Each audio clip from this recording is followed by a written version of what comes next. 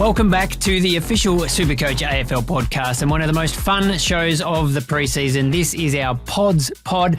SuperCoach will be open for everyone very soon, but SuperCoach Plus subscribers have had access to the early team picker for a month now, and we have some exclusive data on what they've been doing. Stay tuned as we reveal the most selected players in SuperCoach AFL for 2025 and the hidden gems who are being overlooked by coaches so far. And there are plenty of interesting names to talk about. A couple of nuggets off the top. 2 of the top 3 scoring defenders from last season are in under 10% of teams as we speak. And a player who finished 2024 with an average 116.8 and featured in 63% of teams by the end of the year is in just 3.5% heading into the new season. I'm your host, Al Paton, joined again by Dossy. Welcome back. I know you got hold of these very sensitive documents a few days ago and have been poring over them. Yeah, just really exciting to see some exclusive data, Al, coming our way. The place to get all your exclusive numbers this season is the SuperCoach official podcast, of course, Al. So, yeah, keen to look at some of the numbers that have been hidden on Team Picker so far. Yeah, absolutely. And Dan Batten is back with us now. Dan, did we try and brand you as the pod master at one stage a couple of years ago? It didn't stick, I don't think. I think that was one of my first ventures into SuperCoach was 6 years ago, writing up the pods for each position. Unfortunately, I didn't actually pick any of them because I usually go cookie cutter. So that didn't last long. But, yeah, looking forward to pouring through. And there are some surprising names both at the top and the bottom of the list. Looking forward to getting into. And we'll do that shortly with our very special guest, SuperCoach guru Jordan DeSena is with us. He finished 11th overall in 2023 and then backed up last year with a top 300 finish. That's of more than 185,000 players in AFL Classic. So obviously knows what he's doing, can teach us a thing or two about SuperCoach. Jordan, great to have you on the show. Thanks so much for having me, boys. Yeah, great to be here. And already so keen for the 2025 season. I think when the team picker opened, I made a team within about 10 minutes. So we're keen to chat about all the ownership numbers. Can you share any insights just quickly on maybe, more of a broader perspective on how you're attacking this year? Yeah, I think my strategy over the last couple of years has been I like to save as many trades as I can. So I think both years at the back at the end of the year, I've been able to use those trades when other coaches have been out of trades. So I guess a philosophy is I try and pick players that I think obviously there's you got to take a bit of a risk there with hopefully there's players that can stay injury free. But I guess, even if they've got a buy and stuff like that, if they're an underpriced player that I think can be there for the whole year, then that's going to save me a trade from getting them in later in the year. So for example, last year I started Sam Flanders. He had a buy and I think there was a lot of people that brought him in. I think it was round 4 or 5 when Gold Coast finished that. But he was underpriced and I just thought that's going to save me a trade because I can see him popping. And obviously he did that. I think he went at, over 110 and he's one of our top defenders this year. So just stuff like that that I've been looking at for this year. So, yeah. Yeah. Oh, that's great. It's very easy to get sucked into the, gunning for a hot start early and with players who might have a good early draw or something like that. But in the end, your overall rank at the end of the season is cumulative points over 23, 24 rounds. So if you get someone who, we might talk about him a bit later, but I was talking with Dan off air about Nick Martin, who was a bit of a frustrating own. But if you look at him at the end of the year, he scored the 7th or 8th most points of any defender. So he's turned out to be a great selection. So that's something maybe to keep in mind this year. And just speaking generally, do you like to deviate from the pack and go with several pods in your starting team usually? Yeah, I think I like to pick 1 or 2 pods, I think, yes, I mean, some of the picks that we'll talk about, especially the forward line, is so valuable this year. I almost feel like I probably will go with the pack on the forward line because there's just so many limited options there. I probably won't go for a pod there. I'll probably look at the pod in a different position this year, whether it's the ruck or the midfield. The defense as well, I feel like there's not as many options. So I'll probably look for that pod in the mid or the ruck. And yeah, I think over the last couple of years, probably just 1 or 2 pods. I really think that if you can start your side, straight up quite solid, it's that trading game and jumping on players that you think are looking to break out when you've seen a bit more data and the role after a couple of weeks. So, I'll look to start 1 or 2, I reckon. All right. Well, hopefully we might find one for you here. A bit of a drive-by there for Dossy too, talking about saving trades for the end of the year. Yeah, it's a rough one. But I did actually sneak peek show Jordan my latest team picker team, and he reckons I've got the 50K. So look, I've got the all clear from the guru himself. So watch out. All right, a reminder, everybody, smash those like and subscribe buttons wherever you're listening to this, or if you're watching on YouTube, go to Code Sports page and you can see all our podcast episodes there and lots of other great content coming your way in 2025. If you've listened to our preseason shows, you'll know we've followed a draft-style format of going around the table to nominate players. We'll do that a bit again today. You'll also know, if you've been listening, that I've got the order wrong pretty much in every show, so I might delegate that to Dossy when we get to it. But we'll start with the list of the most popular players. So we'll just go straight off the top and talk about the top 20. I think we'll get to most owned so far in the team picker. And you talked about the forward line and the value on offer there. And it's interesting because when we do this early in the year, quite often it's the rookies that are right up the top because everybody picks the hot rookies and then you sort of go from there. But this year, they're nearly all forwards, and certainly in the very top end and that mid-price sort of value bracket. So Bailey Smith is in more than 80% of teams. He's the most owned player currently, and not far ahead of Caleb Daniel at 77%, Jack McRae 70%. So there's your top three, all mid-price forwards. So most people sort of starting their team from there.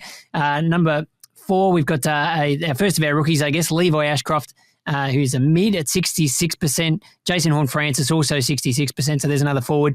Then we get Tristan Cherry, the number 1 ruckman so far in terms of popularity.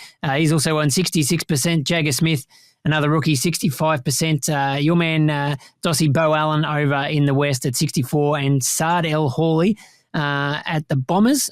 Is that round out the top 10 or have I got one more? I think I've got one more. And that is Kitty Coleman at the Lions. So very, very cheap defender who we know missed a whole season last year and will be amazing value this year. So lots of mid-prices in that list. Jordan, anything there that surprises you based on what we've seen so far? Yeah, I don't think anything surprises me. Obviously, there's a high draft pick, so those ones there, like from Levi Ashcroft down, and I think those forwards, they're just so valuable, like Bailey Smith, Caleb Daniel, McRae, Horne-Francis. Yeah, I mean, when I did the team picker, they were the first ones that I picked. This is incredible value there. I know Hornet is priced at that 99-100, but I just think, he's that perfect SuperCoach player, and I think he's going to take his game to another level. So he was my first F1 locked in. I guess it's just on those rookies, if they can get named around one, that might change some of the ownership numbers there. But obviously you can't see why not that they're in a lot of people's teams right now. We'll just go to the next batch of 10, and that is Sid Draper at the Crows at 61% ownership. Harry Sheasel, 60%, so people prepared to pay up there in defence. Nick Dacos, interesting, 57% picking him. Then the Bont comes in at number 16, I think, in the most popular, and that's obviously the most expensive player in the game, but with good reason. Also 57%. Toby Travalia, another rookie in defence, 52%. Elijah Hewitt, forward line rookie or forward mid, which is handy. The Eagles, hopefully he gets a clear run this year with injury. He'll be a great pick at, I believe, 122K. Josh Smiley at the Tigers comes in next, also just over the 50%. So then we just dip under 50 to Callum Mills. Clayton Oliver at 44% owned. So, we can discuss our feelings on him. That's a really interesting one. And running at the top 20, Isaac Kako. How do you pronounce that? Kako. Got it. Had 2 attempts, got them both wrong. Dan, a quick one on him. What do you think as his prospect as a SuperCoach rookie? We know the Bombers have been crying out for a player in that role, so hopefully he gets to go early. Can he score some points for us, though? I mean, we've seen like a Nick Watson and Josh Rochelle have sort of varying results from a SuperCoach perspective. Obviously, Nick Watson got better as the year went on. It'll be interesting to see how he goes. He had some good numbers at junior level because he was spending a fair bit of time in the midfield. I like Nick Watson. He's a little bit inaccurate in front of goal, so that'll be a bit of a watch. He's certainly got potential there. There's one guy I want to get to a bit later who's a serious pod who I think is a much better forward line rookie pick, a bit of mature ager, just a little bit of a hint there. But I wouldn't be locking in Kako just yet. You'd say he's probably a fairly certain starter for the Bombers who are crying out, as you said, Al, for that sort of position type. But just the role is a little bit of a question mark for me. And Dossy, what do you make of Clary coming in at 44% owned? Is that higher or lower than what you might have thought? Obviously, the price is amazing, but what's he going to produce on the field?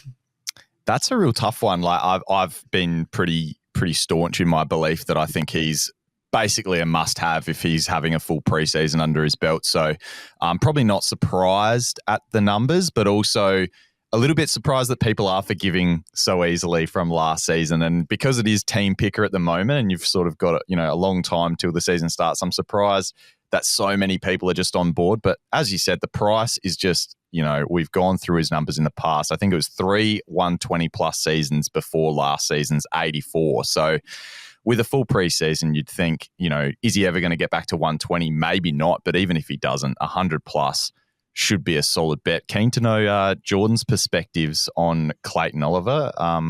Clary, you're high on him this year, Jordan? Yeah, I think I just need to see probably that preseason game, just see how he's running and how fit he is. I actually did last year. I did actually bring him in after that 140. I think Dossy, you may have done the same. I remember chatting about it, and then he sort of just didn't quite follow on from that last year, and obviously was carrying some of those niggles and stuff. So I just want to see that in the preseason. He wasn't actually one that I picked straight away, but I have added him after seeing some photos at Melbourne training. So I think it's just those preseason games that we get to have a look at, the community series.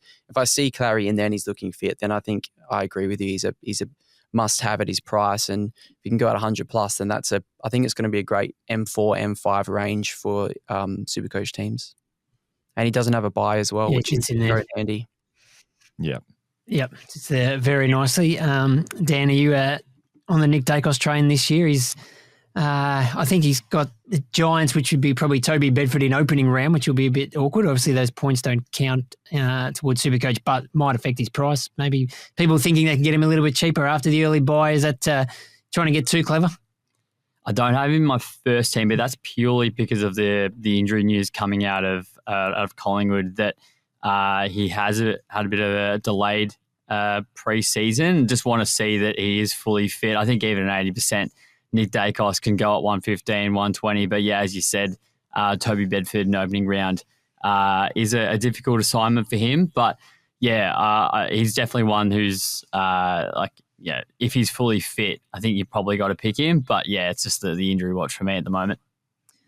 And are you just paying up $681K for the bond, Dossy? Yes, probably. I don't know. It's a tough question when I'm weighing up someone like a Tristan Sherry in that spot as well, and I don't know if I want to pay that much for two big premiums. But again, I'm going to throw to the guy who's always at the pointy end in SuperCoach. Is paying that much for two premium big dogs. Is that too much to pay? And how have you typically done well in your successful seasons? Yeah, I mean, I've started Bont for those last 2 years that I did come high. I had Bont M1 for both of them, and it just saves that trade. And he's just that level above. I think he went above, was it maybe 700K last year or the year before? And he's at 680. I know it is a high price to pay, but it is the Bont. I guess it's just that question is, will he regress at all? There's talks of that. I think I was listening to the pod before, and there's some people think he can go to another level, and I think maybe it was you, Dossy, he wants that Brownlow. So it's just that sort of, he does look pretty fit. At the moment in my team, I've actually paid up for Bont and Butters as my M1, M2. They both don't have the buy. I think they can go 120 plus. I wouldn't be surprised if I'm pretty hot on Butters. I think he could even, I don't know, it's a bit of a big call, but I think he could even take the M1 off of Bont depending on what happens. I think just with the Port's game style, he just seems to get those points with, there's obviously when there's games on the line and stuff, he gets those extra points and he seems to get scaled up a little bit. So I really like Butters for that factor. Just beware, folks. This is a Port fan speaking as well. Yes. We must beware. We must always take that with a grain of salt, but no, great insights there. I was looking at potentially fading on Butters to start with, but then I looked at their fixture too, and they've got a really nice run early in the season. They've got no early buy. They have a really nice buy in the middle of the year. So, if you don't start him, it might be pretty hard to try and find a way to get him in. I don't know if his price is going to come down too much, and that's what we saw with Bont certainly last year. So, Dossy, if we jump now into the pods section of the show, and I might handball over to you to get this get the format right this time. Yeah, so I think just to sort of frame what we're calling a pod here. So we've looked at the ownership numbers, and I said to the guys, roughly under 10% is what we're looking at here. There's obviously we can go even more niche if we want. So kind of bonus points if you can go even lower, below 5%, maybe below 1% would even be extra bonus points. But I've done the spin the wheel, and you're not going to like it, Al. You're coming up the rear again, last for Al. So Dan, you're number 1. I'm second. Jordan's third, and Al, fourth pick. So again, this isn't a proper draft. This is just who we want to talk about as our favourite points of difference, and it is super early. So we're fully aware that these pods are going to change when the game does open, and this is just a really nice indication of some players that we're high on that might not be talked about in the SuperCoach community as much at the moment. So Dan, do you want to take us away with your first one? 2 number 1 picks from 2 podcasts. No pressure for me. I'm going to go again for a fairly vanilla one. I was very surprised to see this guy in the pods sort of section in the less than 10%, and that's Tom Stewart. I think a lot may have been put off by the fact that he was tagged a lot last year and targeted. He's only in 7.8% of teams currently. He's in my starting squad. It might be the Geelong bias talking from my work down the highway, but I think that that he sort of proved in that last sort of 7 or 8 weeks. Chris Scott moving him into the midfield that he could beat the tag, and he was just about best on in the first half of that prelim final as well. So I think he's provides some serious value. I think he's at about 520k at the moment, and you're looking for value there. Obviously, there's a lot of top price defenders, your Sheezels, Luke Ryans, and the like. Well, Tom Stewart comes at about 100 grand cheaper, so I think he provides some value. And the only question mark is whether he can beat that tag. But Chris Scott has that trick up his sleeve to move him into the midfield, and he showed he could score pretty well in that role as well. Where do you see him playing this year? Because he did get thrown around a little bit last year. And we thought there was some hope he might even be a DPP coming into 2025. Didn't quite get that, but do you think you'll see him back in the centre square? Probably not. I wouldn't have thought, just purely because Bailey Smith is going in there. It seemed really like that was a break glass in case of emergency. They were really struggling in the clearances, particularly without Patrick Dangerfield. And with Patrick Dangerfield and Tom Stewart in there, they'll manage to improve that. They've also got Max Holmes to sort of, swing the magnets from defence to the midfield. So I'm not sure they'll do that as much with Tom Stewart, just purely because Bailey Smith's in there and he's probably going to be taking a fair bit of those midfield minutes. I think Stewart could be a top 6. Like, if everything goes right, he could be a top 6 defender. So that's one that you're starting and you don't have to trade him out for the rest of the year. And he's just going to be in that top 6. He was actually one that I was looking at as well, under that 10%. And average 113, 109, 107 last 3 years. So it just is that role. But he's one that you could lock. He does have the early buy, but if he can get back to those numbers, you're getting him pretty underpriced there. Alrighty, and it's Dossy up next for my first pick. And I'm really surprised that this guy is so low ownership given what he did towards the back end of last year, but probably no surprise as well in that just weighing up the buys. That's probably the only reason I can see people maybe avoiding this guy, and it is Matt Roberts at 5.06% owned. So he's priced nice and cheap given that he had a few games as a sub last year, was kind of not utilised to his full extent until towards the back end of last year, came home absolutely firing. And a lot of us had him in our teams towards the back end of last year as a premium defender. 113.6 average for his last 5 games, only averaged 80.7 for the season. So you're getting him, a much cheaper price than the way he ended the season last year based on form. So Matt Roberts, for me, a cheeky little pod, 5% owned to start at the moment in Team Picker. He's already had some strong time trial performances if we want to put those, put some weight into those from Big Dean Cox looking onto his, first season as coach. So I really like Matt Roberts as a potential pod in defence. But yeah, I can understand people rolling with a Callum Mills.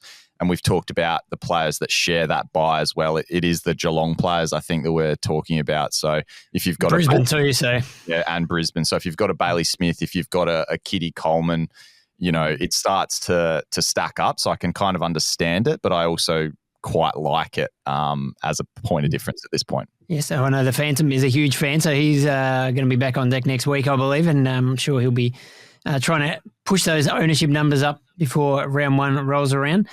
Jordan, who do you like with your first pick in this sort of pod draft? Yeah, I'm pretty interested in James Sicily. So there's obviously a name that we've known in SuperCoach has been a gun, and I think he's sitting at 9%. It's a real interesting one because it's just about where he's going to play. They've obviously brought in Josh Battle and Tom Barras. So, yeah, there's talks that he could be that third tall intercepting defender and he could just roam around free. And, I listened to Xavier Ellis a lot on his podcast, and he reckons that Sicily could be that guy just to get 30 plus back there and just be that third tall. Then there's also the option that he could go and play forward, and he did that in that semi-final against Port.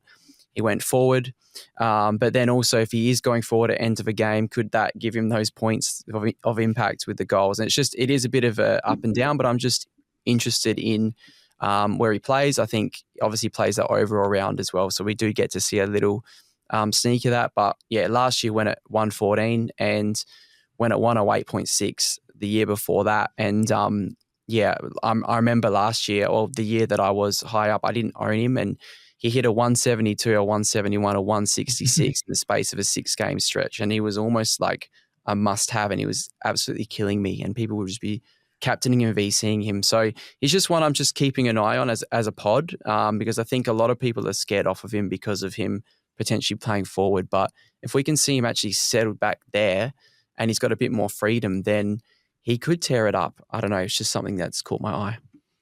Yeah, it's an interesting take as well. And I think to your point, often last year when they did throw him forward, it wasn't at the start of a game. He'd often start as a defender, and if it wasn't working, that's when they'd throw him forward. So it's almost like if he's not dominating, then Hawks are going to try and get him involved and throw him forward if he's getting too much attention back. So yeah, I quite like it. And the other take with they've kind of constantly had to play him as a bit more of a lockdown than they want to. They keep having these injuries to their key defensive stocks, and he hasn't really been able to roam. So having those names coming in, does he then be able to freewheel? Like you said, we do, I believe, get that opening round look. So if he is one that pops, he could, turn away from being a pod to being highly owned pretty quickly. Next pick there, Al, and it's you with the last pick in our little pod draft here. Well, Jordan actually stole the guy I was going to talk about because I like Sicily too, but I think the defenders are really interesting because we're seeing in those ownership numbers that a lot of people are going straight for a Sheasel type. Jack Sinclair's really popular. 2 or 3 names that popping up a lot in teams.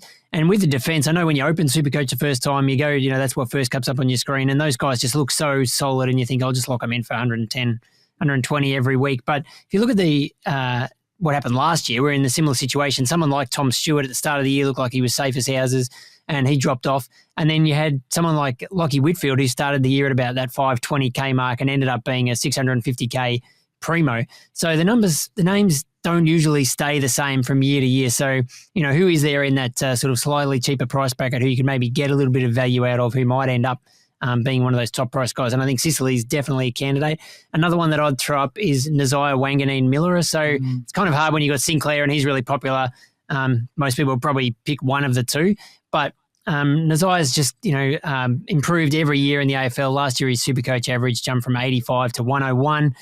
St Kilda has probably, with Port, the best fixture in the comp. They don't have an early bye. They've got a great bye in the middle of the year.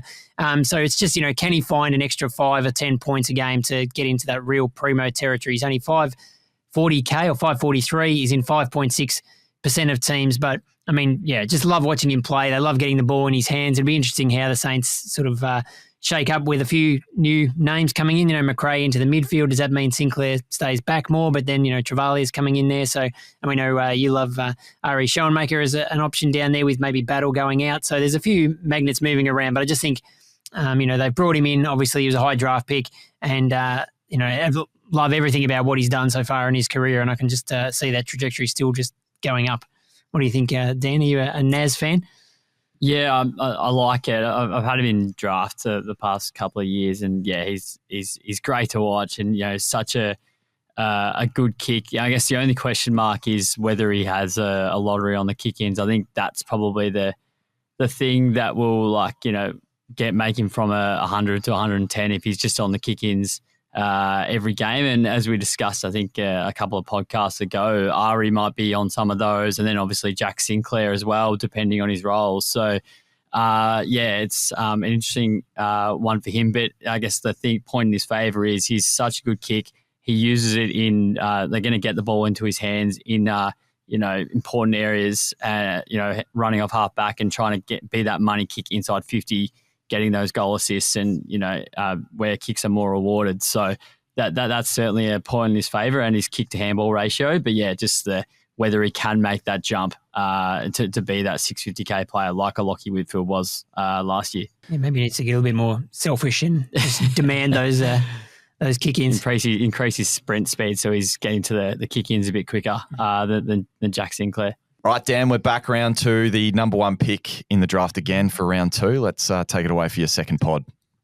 Just for a change, we'll go for another defender, I reckon. And we were saying extra points for under 5%. This guy is in 1.6% of teams. He pumped out a 160 score in his first game last year. I'm talking about Jordan Ridley, who comes out a little bit of a discount in SuperCoach 2025. We know he started the year injured last year, only came in at about round 11, I think it was. But these were his scores when he did come in: 162, 111, 112, a couple of blips on the radar, 84, 63, a 129, 127, 102, and then a 33, which was injury affected. Obviously, that is one of the question marks with Ridley, whether he can get his body right. And he had a couple of soft tissue injuries throughout 2024. But, his price is an average of 102. He's 552K. We know he's averaged 100, 105 before. If he can get on the park, he's probably taking most of the kick-ins there at the Bombers. And he's, as Al said, like in that sort of Tom Stewart bracket, a bit of a cheaper option there, and only in 1.6% of teams. Yeah, unreal. Bit of an interesting option. Do you have any thoughts on him, Jordan? Yeah, that just you saying that, I just completely forgot about Ridley actually, and just looking at his numbers, then he does score very well on SuperCoach, and if you take it that 33, he's going at 111 there. So, everything going right. You can see him probably pushing that 111. The Bombers do have that early buy, would be my only thing. But it's that. That one's actually, you sort of forget because of the 9 games he played. But that is a very good pod, and I actually could, if he can get himself fit, I could actually see him being a top 6 guy if everything goes right. So wow, I really like the pick. Would you pick him though, Jordan? You're a guy that likes to, have his premiums stay in for most of the year. Me and Dossy burnt through all our trades last year, which is probably why I've put forward Jordan Ridley here. But would you have enough confidence to potentially start him with the way that you've gone the last couple of years? Yeah, that's probably the question.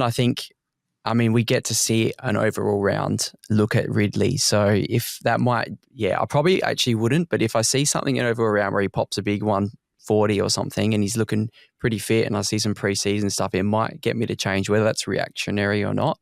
But probably someone I would have that injury history in the back of my mind. But I'll say no now, but it could change.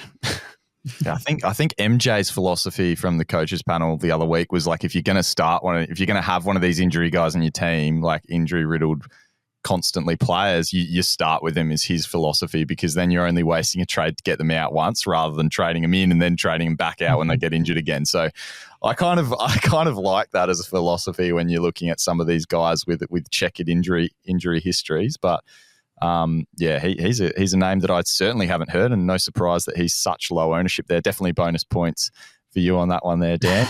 I'm going to jump into a player with my next pick who is a midfielder and a player that I am toying with in my starting squad at the moment in the early days of Team Picker that we are in at the moment. Jordan Dawson at $550,000. I'm just interested in if he can take his game up a level from last year. I think we were all, anyone that started him last year would have been absolutely burnt by him. Only 3.26% owned, I should say, at the moment. So under that 5% bracket as well. This is a guy that came off a season the year prior in 2023, averaging 116 SuperCoach points, was the 4th ranked player that season. A lot of people started with him backing in that he'd repeat it. Started terribly last year and it lost a lot of value to start the season. I think these are his scores from early last year: an 82, 96, 68, 99, 64. Then he went bang, 168, 127, 94, 140. So he sort of was a bit of Jekyll and Hyde last season. And if we see more of the superstar Jordan Dawson rather than those down scores, I think he's got a little bit more help in the midfield this year with Peatling coming in. He's already said here in Adelaide that his role is more likely to play midfield, although he did admit, he's going to have to play sort of where the team needs him as well. But he did say predominantly midfield was the quote. So, look, I'm just high on Jordan Dawson. He started low efficiency. It was a bit like the Hayden Young start of last year and everyone got rid of him. So a lot of coaches did dump him and then he went on this amazing run. So I was actually the other way around. I didn't start him, then I picked him up. So I've got a bit more of a fonder memory of Jordan Dawson from last year. But Crows skipper priced at just a tick over 100. I quite like Dawson this season, Al. Well, I was going to ask Jordan as a poor man. I'm sure how closely he watches the Crows, but if you had a take on what sort of went wrong for Jordan Dawson last year, did his role change much at all, or was it just like as Dossy alluded to, there were some really low kicking efficiency numbers which just don't that's not what we normally see from him. So can we sort of write that off as a bit of an aberration? Yeah, and I heard things that he was carrying a bit of an injury as well throughout the year, and I just had a look at his CBAs, and last year he went at 59% CBAs. The year before where he did that 115, he was at 70% CBAs. So he saw just a little bit less CBAs there, and that was, I think, they were trying out. They put Rankin in there more time, and Saligo had some more CBAs there. And now, as Dossy said, they've got Peatling and they've got Draper that they might run through there, and he might play a bit more of a forward role. So I sort of see Dawson maybe staying about that 59% or 55%, but yeah, if he can get himself fit, I feel like he was playing injured. That was just some of the talk that was going around. But I have actually, as a Port man, I have had him in my side the last 2 years, and I'm a big fan of him. I think he's that elite sort of player that you want in SuperCoach, and I can see him, going 110 if everything goes right. So I think it's a good pick. It's just be worried about some of that midfield time with the inclusions that they've got there at the Crows this year. Yeah, I suppose the sword can swing both ways. He's getting more help, but they could also be the ones taking his midfield time. So, yeah, point taken. I'm pretty keen on him still, but we'll see how it goes into preseason. Jordy, you've got the next pick in the draft. Hopefully I am succeeding in following the draft order this time. But Jordan, take us away with your next pod.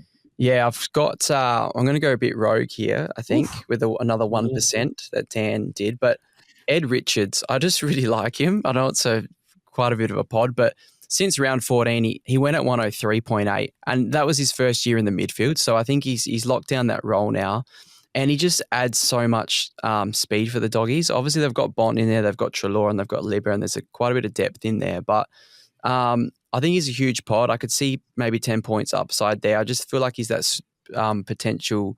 He's just that SuperCoach player. He's like that Mills Young type that I think could take his game to another level. And, it usually takes these guys a year in the midfield to just get used to that, and then they can usually take it to the next level. So he did pop a big 163 as well last year. There's all just little signs there that I like. I don't think I have enough guts to start him, but he's just one I'm watching in the midfield there. And yeah, as I said, they do have Treloar and Bont there, but with the aging midfield of Treloar and Libba, I guess you just don't really know what could happen. It could be a Bont, a Richards, a Sanders sort of type in the midfield. So it's just one I'm watching as a huge pod.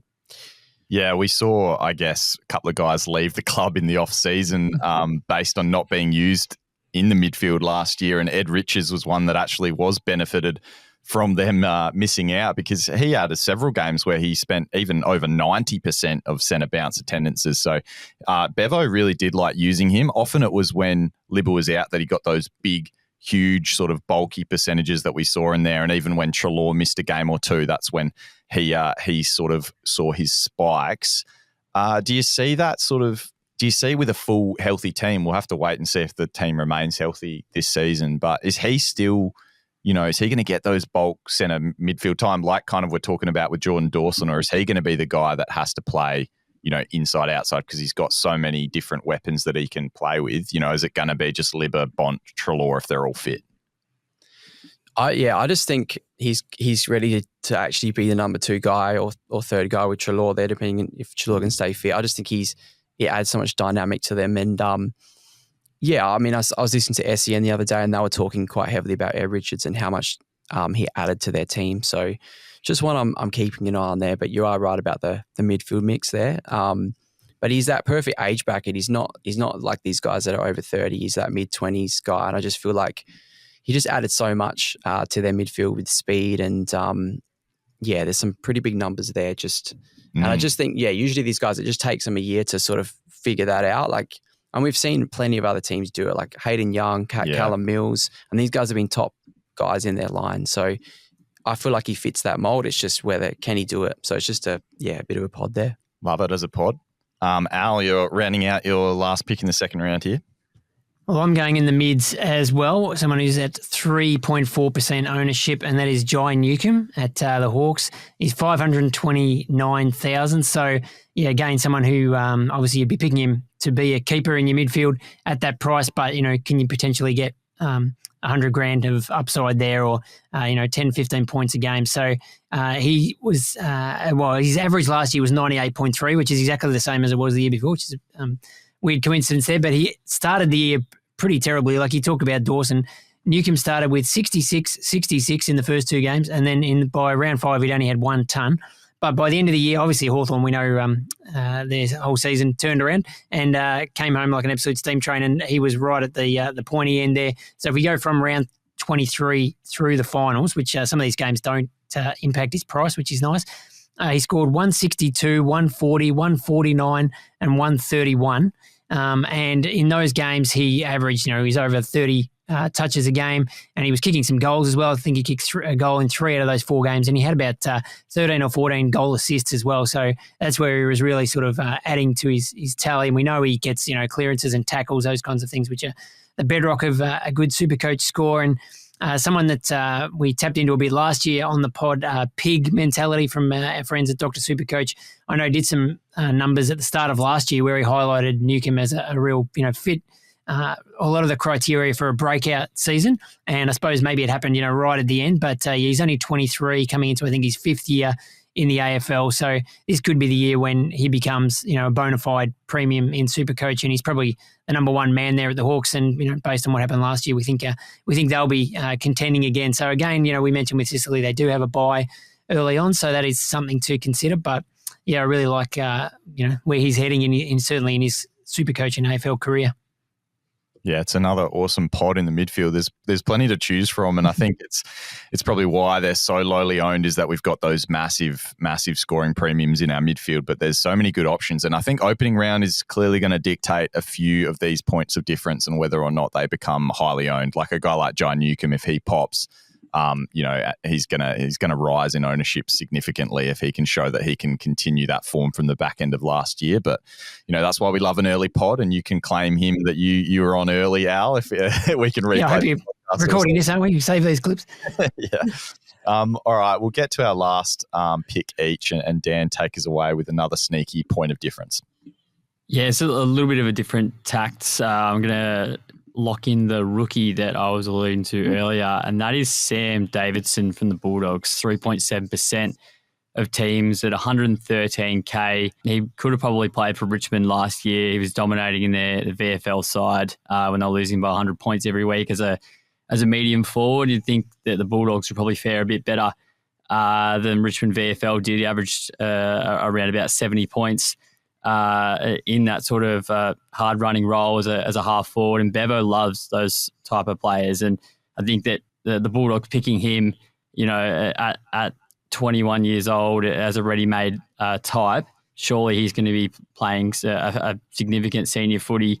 And as I said, in that sort of another one of those Bevo role players. So another that's sort of flying under the radar there. But yeah, I think that he can have some pretty decent scoring potential, maybe average your 55, 60s, potentially more, and play a vital role for the Bulldogs. So, yeah, not one to potentially slot away on your bench. Yeah, it's an absolute classic Bevo move, isn't it? He loves an Anthony Scott or a Lachie McNeil type that he's plucked from a VFL somewhere, and he tends to play them, give them games. So that's definitely a good sign. I mean, what was his role in the VFL? He's not so much a tall forward. Is he a goal kicker or? Yeah, so 190 centimetre forwards, just runs all day. So it's your classic, as you say, like your Lachie McNeil sort of type in terms of just Anthony Scott, where he will just run up and down the wings, getting the footy, taking marks back with the flight, that sort of stuff. Might not be a huge ball winner, like a Riley Bice as a mature age off half back, but yeah, he's got the role there. I think he'd have pretty decent job security, and it's something that the Bulldogs do need, that sort of link man on the wings and half forward. So yeah, I think he should be a pretty reliable sort of rookie. Maybe not to be trusted on field every week, but yeah, it should be a pretty consistent cash generator.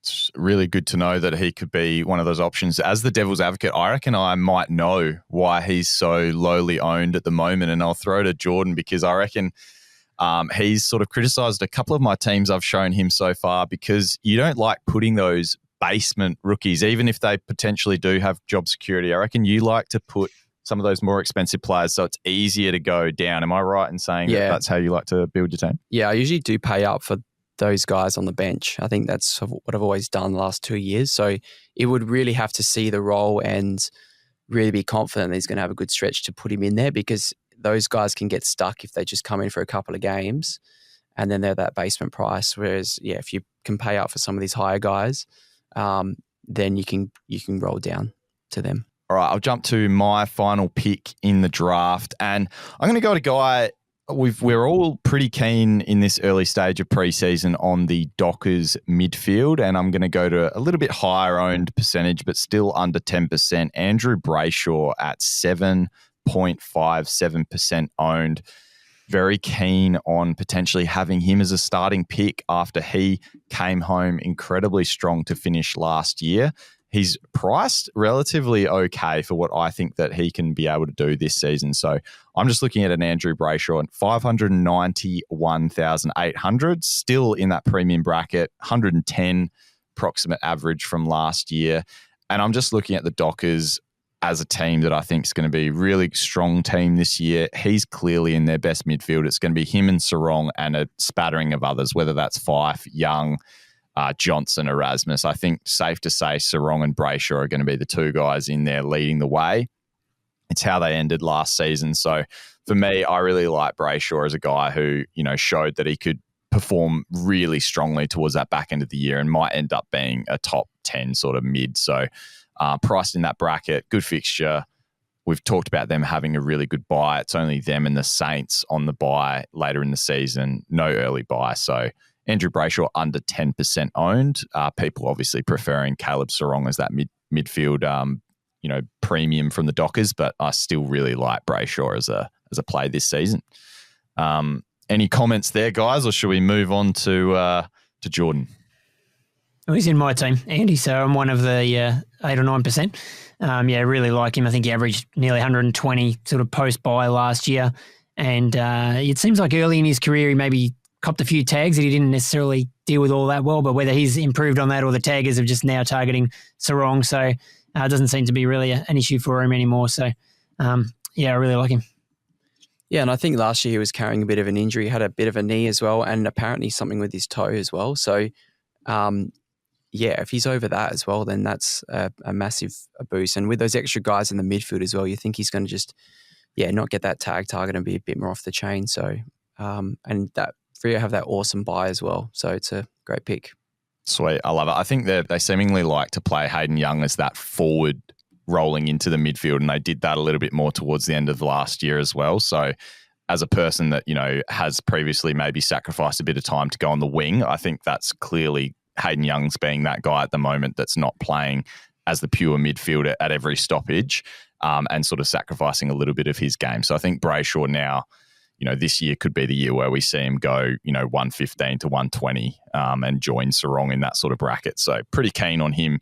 Jordan, your final pick in this little pod draft. Yeah, I might stick with the Freo theme and Sean Darcy. He's at 8% there. I know you're a big fan of him, Dossy. He's actually in my team at the moment. Obviously comes with a lot of injury risk, but some of the photos coming out of the preseason he looks very fit and he looks a totally different person, which is awesome to see because I think, going back, those injury niggles probably let him down a little bit. So if he can get himself on the park and fit, I think he could be a great pick. It's a bit of a risk there, but his history in SuperCoach is that he scores super well. When he broke out, he averaged 118 in 2021, which is absolutely insane. And even last year, just being injured and sort of playing low time on ground, if you take out one of the games that he did get injured, he averaged 105, so 104.9.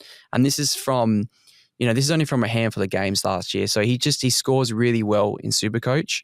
And I just think if he can get fit, I think he can price at 98. I think he can go 110, all things going right. And I think he's a really good value play. And I think the reason also I've been thinking about this is, I guess I usually like to pay out for the rucks, like a Cherry or a Gorn or a Tim English or a Marshall.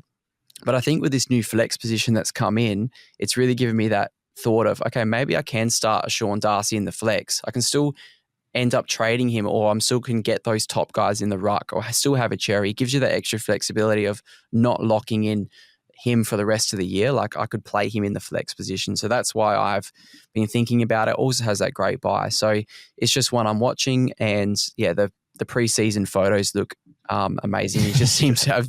I know Dossy, you've been sending me a lot of the photos. I'm a big fan, you've sent a few my way as well, mate. Don't you worry about that. So 8%. I thought, I thought he actually might be a bit higher than that. So it's interesting to see he's coming at 8% because I think I've seen on quite a few teams he's been slotted there or in that flex position. So yeah. Big shredded Shrek coming in. It's another mention of Sean Darcy this preseason. We love it. Let's see if he can, maintain that injury-free preseason heading into season 2025. All right, Al, round out this pod draft for us. Yeah, I'm going to pick someone who's, what's the lowest number we've had so far? I've got a 1.6%, so we've had a couple round that mark, but this is a guy that I probably would not consider starting in my starting team, but I will be keeping an eye on him during the year, and that is Noah Anderson, midfielder from Gold Coast, priced at $574K. We talked about it all last year. Anyone who followed any of our content, it all comes down to pretty much where he plays. Looking at the numbers last year, playing at People First Stadium, he averaged 132 over 9 games, which is just ridiculous. So you can figure out what his average everywhere else was because he finished about 105 overall.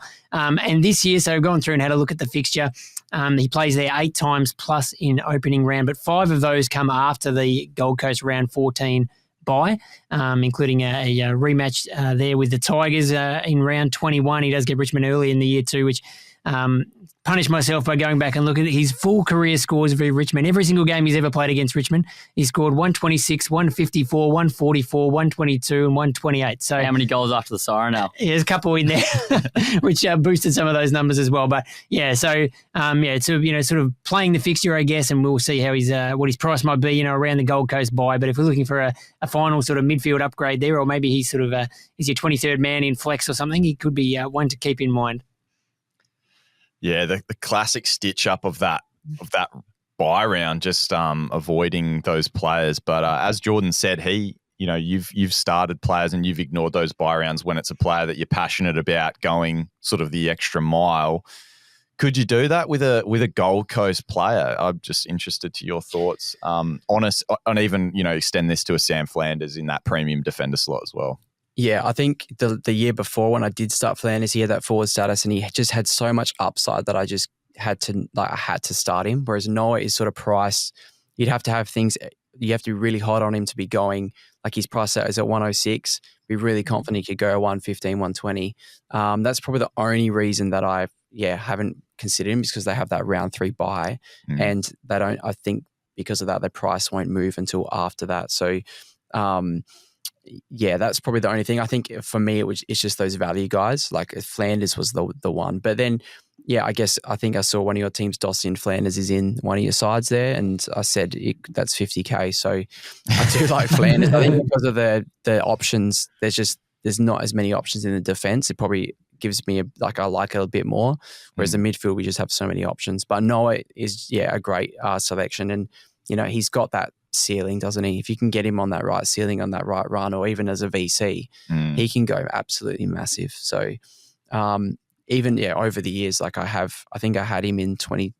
Yeah, I've had him, or I considered him heavily. Over those years that I've been up there, because he's just you get him on the right run, like you said, at home, and he's just awesome. And you'd hope Gold Coast improve. I think if Gold Coast is going to start winning more games, and hopefully they can improve on a dimmer, that's only going to help him. Yeah, and to Al's point, to your point, Al, not many people are starting him probably due to that buy and due to the name, but it also means he's going to be a point of difference to start, when he is past that buy, and he's going to retain that pod status for a while, you'd think. So one to watch, and maybe one to jump on early if you are really keen on him, so you can jump on and enjoy the ride. So. And if maybe they have some of those, they travel a bit more earlier on and his price comes down under 500K or something, that's when we could snap him up. Yeah, jump on the home run whenever he's got a few in a row, couple in a row there. All right, well, I think that's a good outline of the ownership percentages at the moment in Team Picker. Those were exclusive numbers on the SuperCoach official podcast. Can we mention a couple of others just to finish off? There's some good names under 1%. I just thought it'd be worth we're not going to spend too long on them, but just curious who's really getting overlooked this year.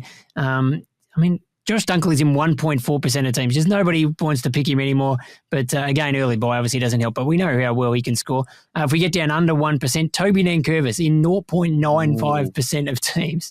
Wow. I was a not very proud owner last year towards the back end of the year when he got injured, but had a massive run there for a little bit. Yeah, no, he was great. Josh Dacos in 0.4% of teams. So a little bit of talk about him floating across. Halfback for the Pies, Jai Caldwell, great pick last year in 0.6% of teams. So people absolutely gone cold on him. How's this? Rory Laird, absolute SuperCoach champ of years gone by, 0.3% of teams. So, if you want an absolute pot, although I think there's talk he's training back at halfback, but maybe that's not the worst thing. We know he can score back there.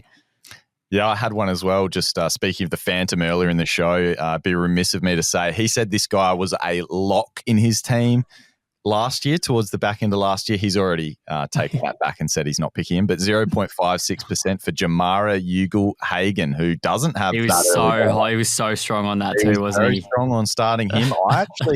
One player I really like, who's about 3%, who we didn't talk about, was Sam Darcy, another Bulldog. So, another one that's the Phantoms man. 1.67% owned. I reckon this guy was, hot on a lot of people's radar. George Wardlaw, only 1.67% owned this year. So didn't have the breakout last year, still cheaply priced. People just worried maybe about that midfield shake-up at North Melbourne. But is there any other names you had, Jordan, before we wrap it up? Yeah, I think Lachie Neale, he wasn't on the 1%ers, but he was, I think, 5%. So I think, maybe the arrival of Will Ashcroft, there's sort of going off the Dunkley and the Neale hype there. And the other one was just Jai Simpkin. I know there's a bit of a role. There's a bit more depth there at the Kangaroos, but he is a forward and he's at 1%. But he did pop some nice numbers at the end of last year. So it all depends on the role for him, but he is the captain. So always just one to keep an eye on there as a forward. Interesting stuff. Well, thanks everyone for listening and thanks for joining us. Geordie, where can we find you if we're wanting to follow along your journey this year and get some tips and tricks for SuperCoach, seeing as you 11th in 2023 and last year, 298th, I think. So a couple of pretty high finishes there. Yeah, just on Twitter, it's just Jordan DeSena. So you can find me there. I'll probably head out to Port training over the next month or two and I might do some tweets. And so I can I live down right next to Albert and Oval where the Port train. So I might try and give some Port insights. But I'll just at Jordan DeSena on Twitter. I'll post my updates throughout the year. Beautiful. Yeah, who's on the kick-ins? That's what we want to know. Yeah. That's the big question. Kane Farrell. We didn't even mention him for the pod app. Unbelievable, Saints. Well, we're going to have to get some footage off you as well. I think that Geordie and steal some of that content when you're down at training, but we'll talk about that off air.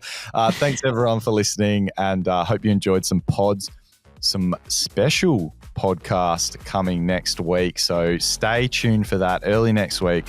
Got a very special podcast, very special guest lined up, just like Jordan. So stay tuned for that, and we'll see you very soon.